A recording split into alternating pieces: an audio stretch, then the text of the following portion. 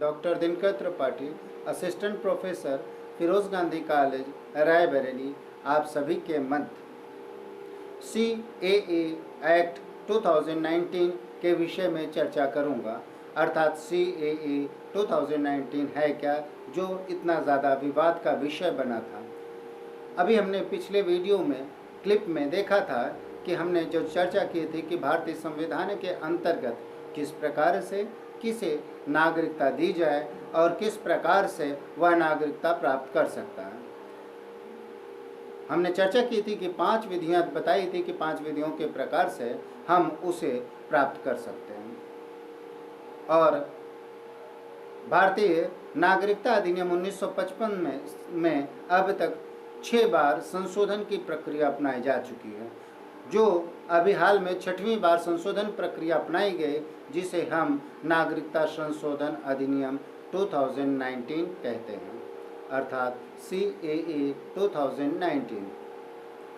भारत की संसद द्वारा पारित एक अधिनियम है जिसके द्वारा सन 1955 का नागरिकता कानून को संशोधित करके यह व्यवस्था दी गई कि 31 दिसंबर 2014 के पहले पाकिस्तान, बांग्लादेश, अफगानिस्तान से भारत आए हिंदू, बौद्ध, सिख, जैन, फारसी और ईसाई, इसमें महत्वपूर्ण चीज़ें हैं जिनको जानने के लिए ज़रूरी है। कौन? हिंदू, बौद्ध, सिख, जैन, फारसी और ईसाई को भारत की नागरिकता प्रदान की जा सकेगी।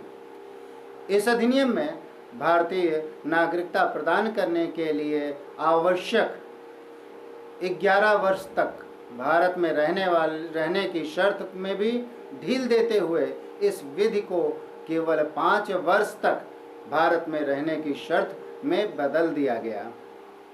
नागरिकता संशोधन बिल को लोकसभा में 10 दिसंबर 2019 को राज्यसभा में तथा राज्यसभा ने 11 दिसंबर 2019 को पारित किया।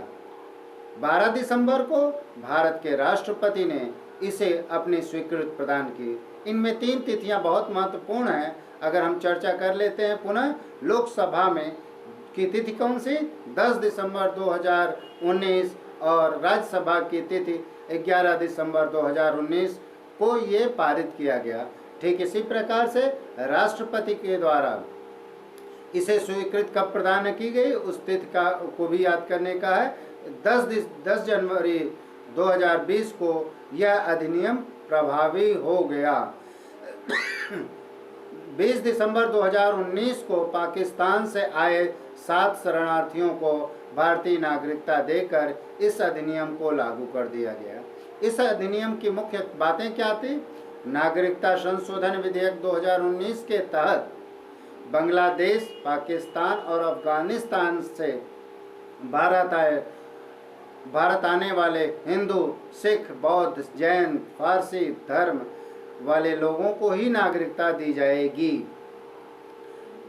नए अधिनियम के अंतर्गत यह प्रावधान किया गया है कि पड़ोसी देश के अल्पसंख्यक यदि 5 साल से भारत में रह रहे हों तो वह भारत की नागरिकता प्राप्त कर सकते हैं।